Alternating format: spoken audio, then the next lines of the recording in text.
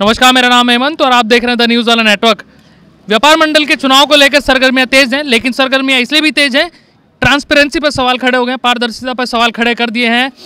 जिन्होंने पर्चा भरा था अध्यक्ष पद के लिए, विशाल गांधी जी हमारे साथ मौजूद है, मनचंदा जी हमारे साथ मौजूद हैं और आशु जी हमारे साथ मौजूद हैं। तीनों व्यापारी बहुत समय से, लंबे समय से यहाँ पे व्यापार कर रहे हैं, लेकिन इस बार शायद सवाल अध्यक्ष पद के लिए आप उम्मीदवारी कर रहे थे, लेकिन आपने पारदर्शिता पर सवाल खड़े कर दिया। ऐसा क्या हुआ कि आपने ऐसे सवाल खड़े किए?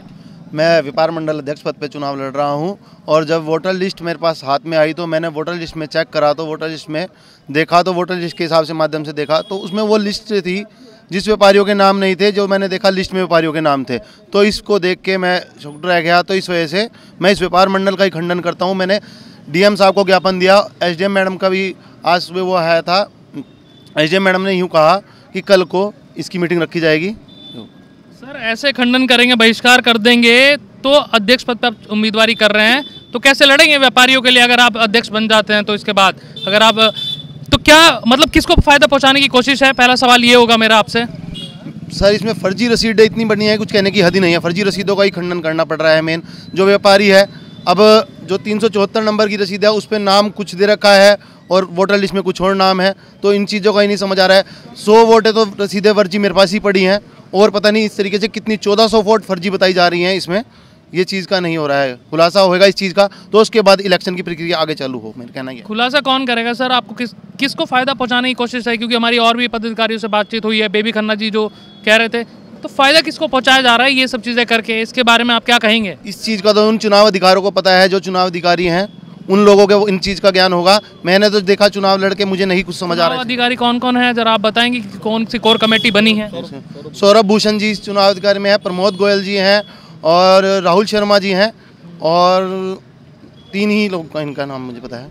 नाम इनका पता है, तो किसको आपके हिसाब से किसको फायदा पहुंचाने की कोशिश है? अगर वोटर लिस्ट में नाम बढ़ रहे हैं, नाम बढ़े जा रहे हैं, वोटर लिस्ट में पर्चियां बट रही हैं, तो किसको फायदा पहुंचाने की कोशिश की जा रही है ये पर्चियां बनाकर? इसका तो अभी नहीं कह सकता कुछ, लेकिन बट ये है, एक शॉपकीपर की 4 रसीदें कट रखी हैं।